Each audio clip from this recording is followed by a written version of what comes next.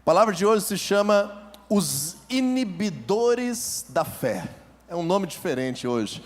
Os Inibidores da Fé. O que é um inibidor? Ou o que é a ação de inibir? Inibir significa alguma coisa ou algo que está bloqueando o que era para ser um processo natural.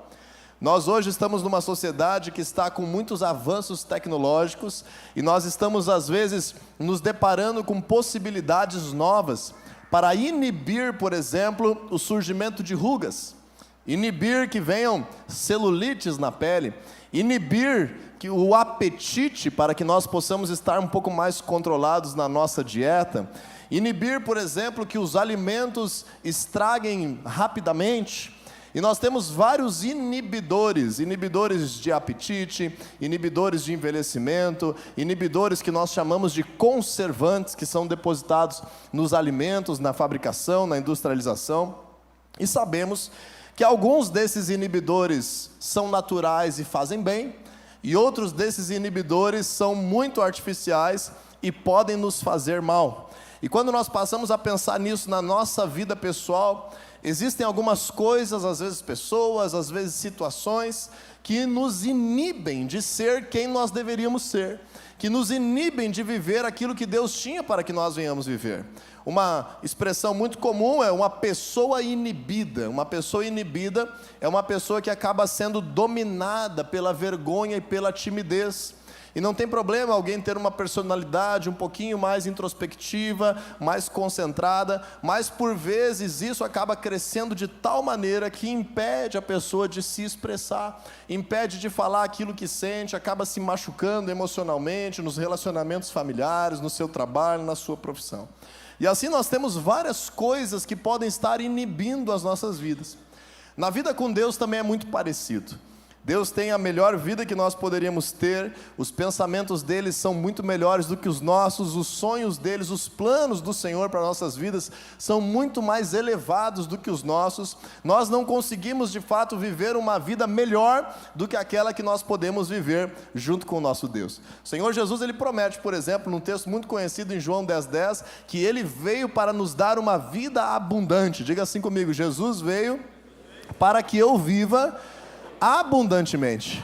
Então a melhor vida que você pode viver, eu tenho certeza do que eu estou te falando, é uma vida com Jesus. Porém, não significa que uma pessoa esteja frequentando a igreja, esteja frequentando a célula, esteja começando a ler a Bíblia, não significa que ela esteja nesse momento vivendo essa vida com Deus, desfrutando destas promessas de Deus, avançando de fato naquilo que era para ser a sua vida natural, o seu crescimento de fé, a sua vida com Jesus. Por causa que, muitas vezes, a nossa fé pode estar sendo inibida. Lá em Romanos 1,17, a Bíblia fala assim, que a vida com Deus, do princípio ao fim, é pela fé. Diz assim comigo mais uma frase, diga comigo: a minha vida com Deus, do início ao fim, é pela fé. Então a fé é um atributo que nós precisamos para poder viver com Deus. Se você está aqui hoje, não apenas para acompanhar o batismo de alguém que te convidou, mas se você está aqui hoje querendo viver algo com Deus, certamente você precisa de fé para isso, porque o nosso Deus não se apresenta de uma forma visível diretamente aos nossos olhos, então nós precisamos crer em algo que nós não estamos vendo, mas que se revela através do nosso espírito. Por isso a vida com Deus é uma vida que do início ao fim é pela fé. E se nós entendemos isso, nós também vamos precisar compreender que se o reino de Deus é real, o reino de trevas também é real. A Bíblia nos apresenta Deus, Criador dos céus e da terra, que envia seu Filho Jesus para que nós venhamos ser livres da morte, venhamos ser salvos do pecado, venhamos ter uma vida verdadeira e abundante. Ao mesmo tempo que a mesma Bíblia, a mesma palavra de Deus também revela que existe Satanás e seus demônios e todas as hostes de um reino de trevas que estão trabalhando para que o pecado esteja no mundo e o reino de Deus não se manifeste. Então cada um de nós tem uma batalha espiritual que nós travamos, em primeiro lugar dentro de nós mesmos, depois dentro do ambiente da nossa casa, lá no ambiente da escola, com os nossos relacionamentos, lá no trabalho, em todos os aspectos que nós vivemos. Quando nós compreendemos a palavra de Deus, nós vemos que existe uma batalha espiritual.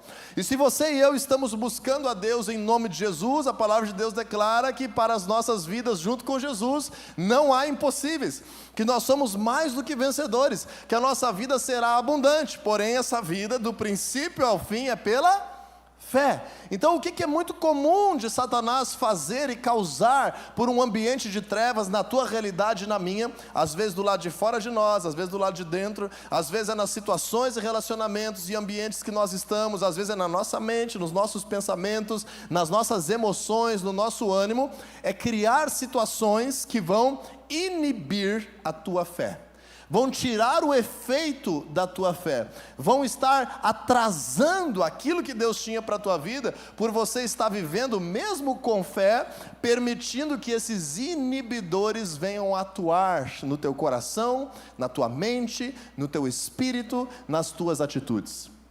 Várias coisas na Bíblia nós podemos estudar sobre isso, mas hoje eu quero fazer aqui um paralelo contigo, especialmente de algumas situações em que Jesus, quando estava vivendo com os seus discípulos, e se deparava em algum momento que os discípulos estavam tendo a sua fé atrasada, a sua fé bloqueada, a sua fé inibida, Jesus fazia uma advertência clássica que ele dizia assim: homens de pequena fé. E aí ele corrigia aquele momento que eles estavam vivendo, para que eles pudessem desfrutar daquilo que Jesus tinha preparado para eles.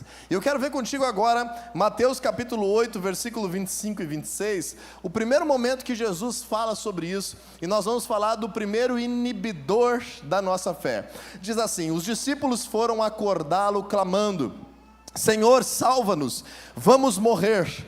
E ele perguntou: por que vocês estão com tanto medo? O que diz aí? Homens de pequena fé. Então ele se levantou e repreendeu os ventos e o mar, e fez-se completa bonança. Para você compreender esse texto de Mateus capítulo 8, não vai dar tempo da gente ler todo o parágrafo aqui. Os discípulos de Jesus haviam tido uma direção dele mesmo, de estarem atravessando de barco um lugar chamado Mar da Galileia. E ao estar nessa travessia, Jesus estava junto com eles, mas estava dormindo no barco, e se levantou uma tempestade, e aquela tempestade foi tão forte, foi tão violenta, que os discípulos eles ficaram com muito medo, e eles deixaram o medo crescer no ambiente daquele barco, eles deixaram o medo causado pela tempestade fazer com que eles pensassem que mesmo Jesus estando ali, mesmo que eles estavam fazendo o que era certo, eles só estavam obedecendo aquilo que Jesus disse, que era para entrar no barco e ir por outro lado. Eles deixaram Jesus dormindo e pensaram, por causa do medo, que eles iriam morrer. Então o primeiro grande inibidor da nossa fé se chama medo. Diz assim comigo: o medo inibe a fé. Sempre que nós permitimos que uma situação se levante e nos cause medo, mesmo que nós tenhamos uma crença em Deus, é muito difícil nós estarmos vivendo um milagre naquela situação, porque nós deixamos o medo inibir a nossa fé. E aí então, naquela tempestade, os discípulos, tomados de medo, foram e acordaram Jesus, e disseram a Jesus para causar algo de transformação na sua realidade. E isso nos faz aprender um princípio muito importante, que o medo é vencido na nossa relação com Deus, quando nós despertamos a presença de Deus. Porque o medo nada mais é do que um problema interior que nós temos. O medo é um problema emocional. O medo é uma reação da nossa alma a um desafio que está diante de nós. E é normal sentir medo, está dentro da nossa natureza, está dentro da nossa reação normal às coisas que nós não conhecemos ou que são mais poderosas do que nós. Porém, os discípulos, eles nos ensinam que para vencer o medo, nós precisamos despertar a presença de Deus. Para vencer o medo, nós precisamos fazer crescer a presença de Deus. Quais hoje têm sido os teus maiores medos? Muitas pessoas têm medo de decepcionar alguém que ama. Algumas pessoas têm medo de ser envergonhado, de se frustrar. Tem medo de dar errado, medo de fracassar. Outras pessoas têm medo da morte. Outras pessoas têm medo de se expor ao enfrentar o desafio e acabar tendo alguma vergonha, sendo ridicularizado por algo, ou até medo de perder aquilo que tem. E quando nós estamos vivendo uma vida pela fé, a vida pela fé nos faz enxergar uma nova realidade que está depois do medo, que já está contando que eu e você vencemos os nossos medos. E o que eu preciso fazer então agora para começar a viver uma vida que o medo sai da minha realidade? Eu preciso acordar Jesus. Cutuca aí o teu irmão e diz assim: acorde Jesus na tua vida. O Senhor, Ele está presente na tua realidade, mas a escolha é tua e minha, se nós vamos deixar Jesus adormecido ou se fazendo presente em todos os momentos que nós vivemos. Para vencer o medo, nós precisamos despertar a presença de Deus, nós precisamos orar mais, nós precisamos entender mais a grandeza de Deus, o poder de Deus. Para vencer o medo, nós precisamos estar, quem sabe, percebendo a necessidade de jejuar espiritualmente, de nos aproximar de pessoas que fortaleçam a nossa fé. Tem aquele exemplo do menininho que todos os dias ia para o colégio, e o rapazinho mais velho ali da 5ª, 6ª série, ele amedrontava aquele menininho da 1ª, 2ª série. Quem de vocês não teve esse exemplo aí na vida? Eu tinha a brincadeira da verdura quando eu era criança. Vocês brincaram de verdura ou não?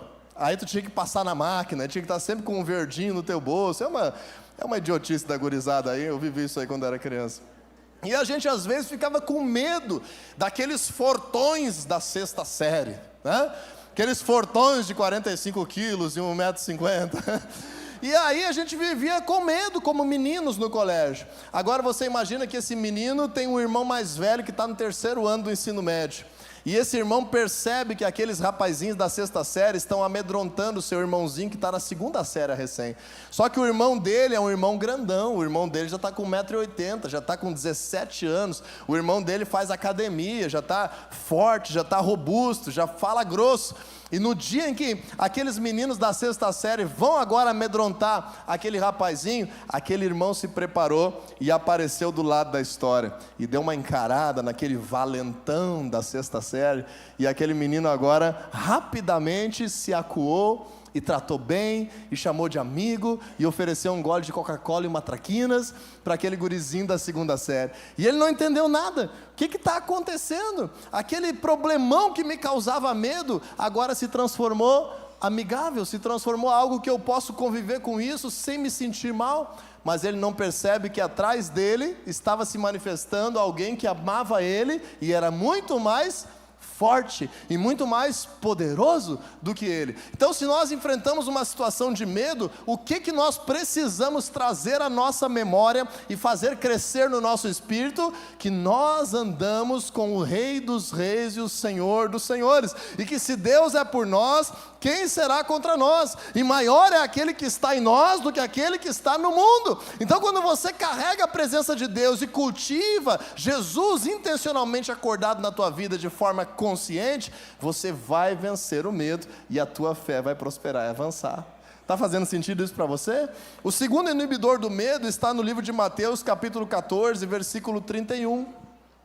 Em Mateus 14, 31, tem uma segunda ocasião que os discípulos de Jesus acabam ficando assim, numa situação difícil, numa situação que nunca tinham vivido, numa oportunidade de milagre, mas ao mesmo tempo Jesus repreendeu: homem de pequena fé. Mateus 14, 31 diz assim: imediatamente Jesus estendeu a mão e o segurou e disse: homem de pequena fé, por que você duvidou? Diga assim comigo: a dúvida inibe a fé. Então o medo é uma questão emocional, interna.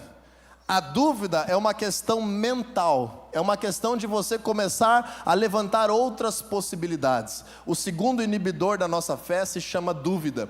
Quando agora, quem sabe, você não tem algo emocional, uma insegurança, um medo, uma incerteza, mas você começa agora a, na tua oração, dizer: em nome de Jesus agora, eu vou ser curado dessa enfermidade. Mas talvez eu não seja, mas talvez eu vou morrer disso. Mas talvez Deus não queira que eu seja curado, mas eu não sei se vai dar certo, mas eu nunca tinha orado por mim mesmo. E aí você começa a criar no teu pensamento um monte de dúvidas. O Senhor Jesus, ele vinha de novo no mar da Galileia, caminhando por sobre as águas. Nem o Steven Spielberg conseguiu fazer isso funcionar até hoje. Jesus vinha caminhando por sobre as águas durante a noite, de uma forma sobrenatural e milagrosa. E Pedro, ao avistá-lo, estava dentro do barco e disse: mestre, se és tu, diz que é para eu ir contigo aí. E Jesus olha para Pedro e diz: Pedro, vem. caminha sobre as águas. E Pedro ele começa a caminhar sobre as águas em Mateus capítulo 14. Porém, a Bíblia fala que ele começa a reparar no vento. Ele começa a reparar no que ele está fazendo. Está vivendo algo sobrenatural que não está debaixo do seu controle, debaixo da sua natureza humana. E agora, ao colocar os olhos nessas outras possibilidades humanas, Pedro começa a afundar. E ao começar a afundar, chega o versículo 31, imediatamente Jesus estendeu a mão e o segurou e disse: homem de pequena fé, por que você duvidou? Então a dúvida, ela nos faz perder a fé, por causa que nós começamos a calcular as possibilidades de dar errado. Nós começamos a fazer com que as possibilidades de Deus não cumprir a sua palavra sejam equiparadas ou até maiores do que o poder de Deus para cumprir a sua palavra. A Bíblia fala que a palavra de Deus nunca volta vazia, mas sempre cumprirá o propósito para qual for enviada. Então, se nós temos uma palavra de Deus, nós não podemos permitir que a dúvida iniba a nossa fé. A dúvida é uma das coisas mais comuns de inibir a nossa fé, porque em dias que nós temos um conhecimento tão vasto, uma informação tão na ponta da língua, na ponta dos dedos aí no celular, a gente às vezes começa a dar vazão e autoridade para possibilidades de não se cumprir a palavra de Deus nas nossas vidas. Eu vou me casar, mas e se o meu marido me trair? Eu vou começar nesse emprego, mas se eu for demitido no mês que vem? Eu vou tirar minha carteira de motorista, mas e se eu morro num acidente de carro assim que eu pegar o meu carro, porque eu não sei dirigir direito? E a gente começa a ser inibido, a gente começa a parar de querer avançar por causa das dúvidas de tantas possibilidades de coisas que podem acontecer. Para vencer a dúvida, nós precisamos de fé na palavra de Deus. Diga assim comigo: a dúvida se vence com a palavra de Deus. Então Pedro tinha uma palavra de Jesus. Jesus disse para ele: venha. E a partir da palavra de Jesus, Pedro não tem motivo para duvidar. Porém, nós vemos, por exemplo, o próprio Jesus lá no jardim do Getsêmani, num momento de sofrimento, de agonia. Ele seria preso, ele seria chicoteado, ele seria morto na cruz, no dia mais difícil da sua história, que terminaria com a sua vida terrena, e depois viria a ressurreição. E Jesus está lá, ajoelhado no jardim do Getsêmani, orando de uma forma muito intensa, de uma forma muito angustiada, e ele diz assim: Senhor, tudo te é possível. Então, se for da tua vontade, afasta de mim esse cálice, mas que seja feita a tua vontade e não a minha. Jesus orou isso por quê, pessoal? Porque ele não tinha uma palavra clara de Deus que não era para ele estar vivendo aquele momento. Então, às vezes, a gente acaba sendo tomado pela dúvida, porque nós estamos querendo exigir que Deus faça algo que ele não prometeu. Nós estamos querendo exigir que Deus faça algo fora da sua palavra, e aí eu pego e faço as minhas orações de acordo com aquilo que o meu coração deseja, e algumas coisas estão alinhadas com a palavra de Deus, e outras coisas estão completamente desalinhadas com a palavra de Deus. Então, se você e eu não tivermos certeza de uma promessa de Deus para as nossas vidas, nós temos que orar com o se. Senhor, eu tenho isso aqui de projeto, eu preciso saber se é da tua vontade. Porque lá em 1 João capítulo 5, versículo 14, a palavra de Deus declara que se nós orarmos de acordo com a vontade de Deus, Ele fará. Mas e se não está de acordo com a vontade de Deus? Aí eu começo a questionar: então Deus não vai me responder, eu começo a duvidar de tudo. Qual a resposta para isso? Declare na tua vida, creia com convicção absoluta aquilo que você tem clareza da palavra de Deus. E para isso você precisa não só comprar, não só fazer o download, você e eu precisamos ler a palavra de Deus. Nós precisamos falar sobre a palavra de Deus. Nós precisamos compreender a palavra de Deus nas relações de discipulado. Nós precisamos cultivar um relacionamento com Deus por meio do seu Espírito em oração e discernir a voz de Deus no nosso interior, porque mediante uma palavra de Deus, você e eu não podemos duvidar, porque a dúvida impede o milagre. A dúvida inibe a fé. Então nós precisamos estar convictos de cultivar uma vida com Deus, crendo na sua palavra, depositando fé na sua palavra. Em terceiro lugar, Jesus em Mateus agora 16, vamos 2 capítulos para frente ainda, Mateus capítulo 16, versículo 8. Mateus 16, 8, Jesus, percebendo uma discussão entre os seus discípulos, ele lhes perguntou: homens de pequena fé, por que vocês estão discutindo entre si sobre não terem pão? Que momento é esse, pessoal? Jesus tinha acabado de fazer a segunda multiplicação dos pães. Com 7 pães e alguns peixes, Jesus tinha alimentado milhares de pessoas de uma forma sobrenatural. Um tempinho atrás, Jesus tinha feito outra multiplicação sobrenatural de pães e peixes. Com 5 pães e 2 peixes, ele havia alimentado outra multidão de forma sobrenatural. E aí agora ele chega diante dos discípulos e ele diz assim: cuidado para vocês não serem contaminados pelo fermento dos fariseus e o fermento dos saduceus. E eles não entendem a palavra de Deus e acham que Jesus está exigindo deles que eles tinham que ter pão. E eles viram que no barco eles só tinham um pão e tinha 12 discípulos e mais Jesus, e vai saber quem mais não estava naquele barco. Diz um pregador conhecido que era muito difícil convidar Jesus para ir na tua casa, porque ele sempre chegava para almoçar junto com 12 homens famintos. Imagina você fazer isso hoje. E aí aqueles discípulos com aquele um pão, eles, ao invés de entender o que Jesus estava pedindo para eles começam a discutir entre si por causa dos recursos. Quantos casamentos estão enfrentando crises e brigas por causa dos seus recursos? Não levanta a mão para não dar mais uma briga. Quantas relações entre pais e filhos têm problema por causa dos recursos? Quantas empresas estão em crise por causa dos recursos? Deus, por meio da sua palavra, Ele nunca disse que nós precisamos ter todos os recursos para poder viver o que Ele tem para nós. Se você tiver todos os recursos, você não precisa de fé. Quando nós temos tudo nas nossas mãos, o que a fé vai fazer na nossa vida? Não, eu tenho que orar para dar tudo certo. Essa não é a fé que move montanhas, essa não é a fé que libera milagres. A fé que Jesus ele estabelece como padrão para nós, é nós sermos fiéis no pouco, e sobre o muito, quem vai nos colocar? Jesus. Tenha fé no pouco, e você vai ser colocado sobre o muito. Diz aí para quem está do teu lado: seja fiel no pouco, e o Senhor te colocará sobre o muito. Profetiza aí sobre a vida dessa pessoa que está do teu lado, que ele será colocado sobre o muito.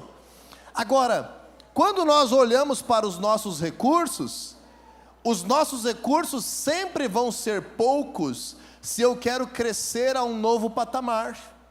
Seja nas minhas finanças, seja no meu tempo, seja no atendimento aos meus clientes, seja no acesso que eu tenho na vida, seja na minha relação com Deus, sempre vai ser pouco se eu quero dar um salto, mas eu só vou dar um salto na minha vida com Jesus se eu viver pela fé.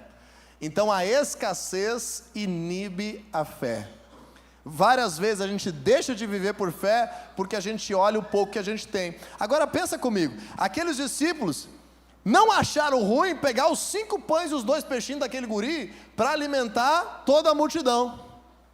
Não acharam ruim na outra vez reunir 7 pães que eles conseguiram, 7 pães e alguns peixes que eles conseguiram na segunda multidão. Não acharam ruim usar aquilo ali para alimentar todo mundo. Então às vezes a gente é crente assim, né? A gente é crente com fé no recurso dos outros. A gente é crente com fé naquilo que não sai de nós, mas quando mexe nos nossos recursos, mexe com a nossa fé. E às vezes o pensamento: e se faltar? E se não dar certo? E se Jesus não cumprir a sua palavra? Esse pensamento muitas vezes acaba fazendo nós inibirmos a nossa fé. Para vencer a escassez, avance com o que você tem. Avance com aquilo que Deus já te deu. Comece, faça algo com aquilo que Deus te confiou. Comece de alguma forma, e a multiplicação é algo sobrenatural que vem de Deus sobre as nossas vidas. Já dizia o pastor Paul Yong-cho, não sei se você já ouviu falar dele, agora já é falecido há alguns poucos anos. Pastor Paul Yong-cho foi conhecido por ter gerado na época a maior igreja do mundo. Ele começou do zero na década de 50, numa cultura budista da Coreia do Sul, e nos anos 90, virada para os anos 2000, era líder de uma igreja com 1 milhão de membros na cidade de Seul, na Coreia do Sul. E ele escreve vários livros, e num dos seus livros ele fala sobre um momento que Deus desafiou ele a viver uma experiência de fé a partir dos recursos financeiros. E o pastor Yong-cho começa então uma obra para construir um lugar para receber a igreja, um templo, como você queira entender, um lugar de reunião da igreja para 25 mil pessoas. E até hoje está lá estabelecido esse lugar na Igreja do Evangelho Pleno na Coreia do Sul.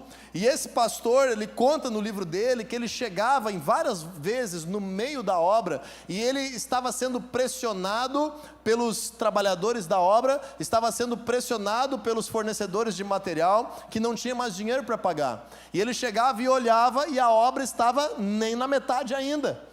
E ele dizia, se eu parar agora, eu já tenho uma grande dívida. E se eu avançar, eu vou ter uma dívida maior ainda. E ele dizia que era uma pressão tão grande. E ele chegava diante daquela obra e olhava para aquilo tudo inacabado, para aquele monte de pessoa que trabalhava na obra, indignado com ele, porque quem sabe o pagamento era para ter saído hoje, e eles não tinham certeza se ia ter o pagamento. E ele dizia que ele olhava para aquilo e ele não conseguia crer.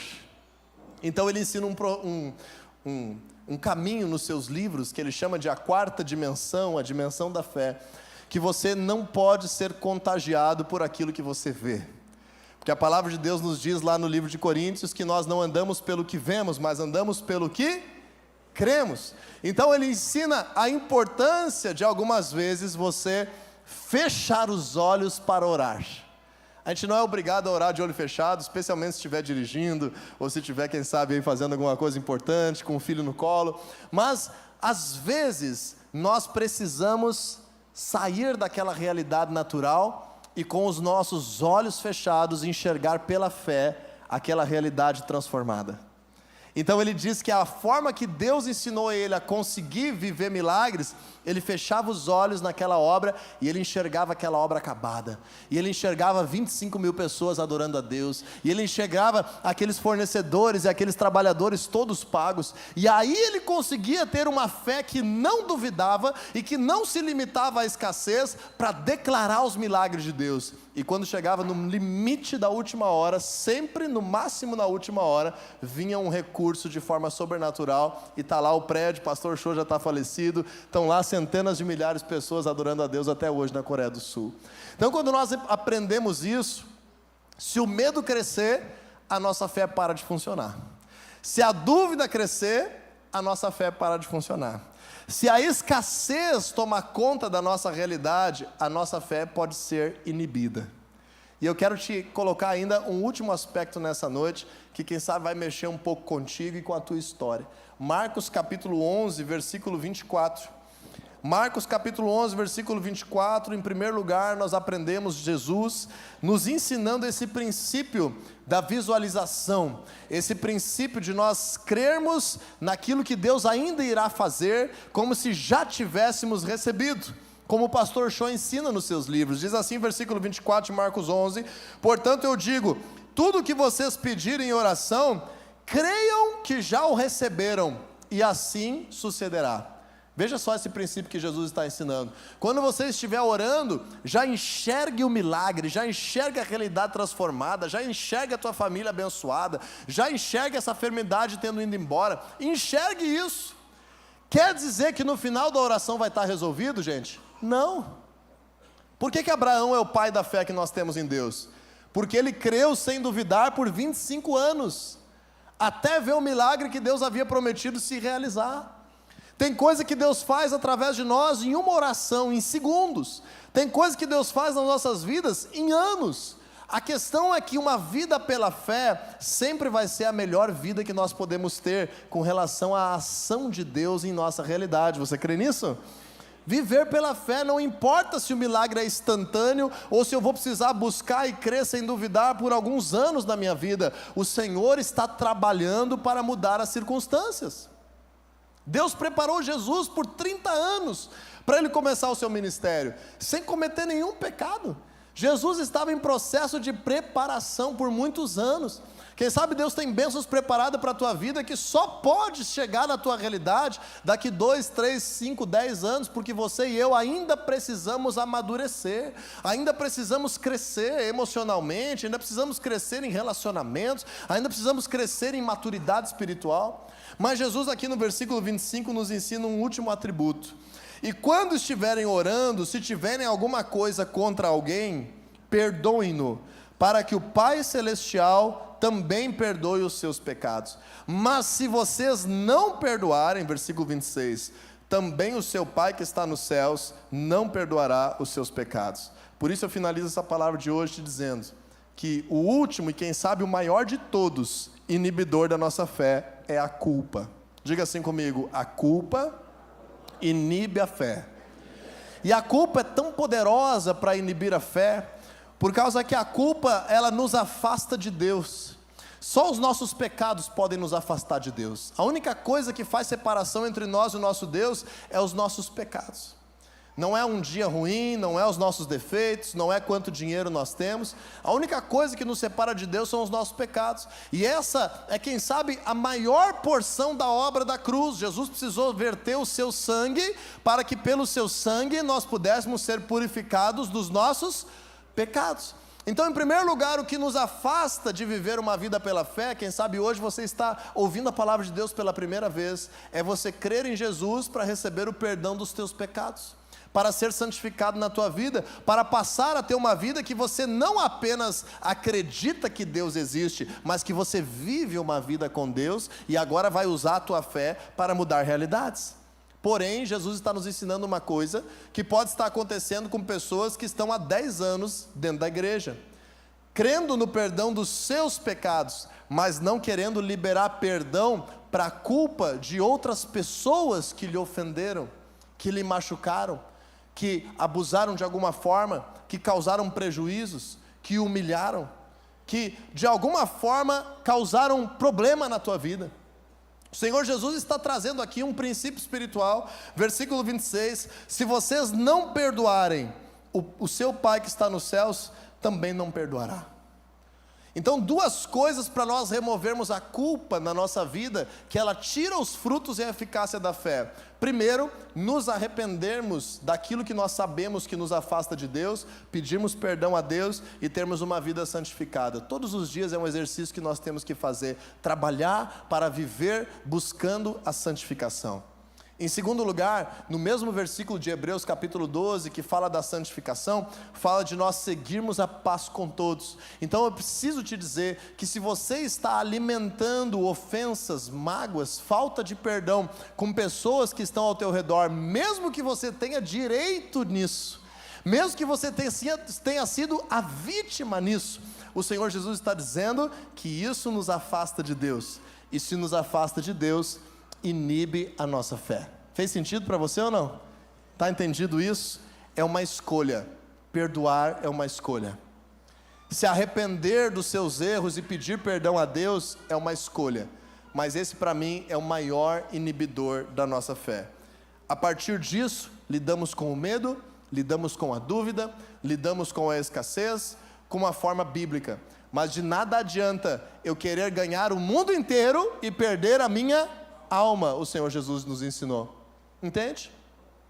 Jesus disse assim: muitos me dirão naquele dia, mas Senhor, em teu nome eu expulsei demônios, eu curei enfermos. E ele diz que responderá: afasta-se de mim, porque eu não te conheço, quando estivermos diante dele, após a nossa morte, após a sua volta. Então não adianta nós buscarmos o reino de Deus, buscarmos uma vida pela fé, se nós não tivermos uma vida com Deus.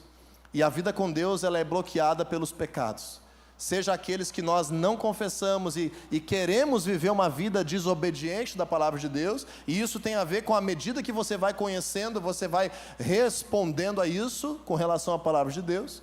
E em segundo lugar, quando nós queremos carregar a culpa e a acusação para pessoas que nos feriram. O Senhor Jesus nos ensina a lei do perdão. Aquele que não tem pecado, atire a primeira pedra. Que você e eu possamos ser homens e mulheres de fé, que vivem milagres extraordinários, que vivem uma vida abundante, que realizam as promessas de Deus para as nossas vidas, as nossas casas e os nossos futuros, vencendo a culpa, vencendo a escassez, vencendo a dúvida e vencendo o medo. Esse é o meu desejo para todos nós nessa noite, em nome de Jesus.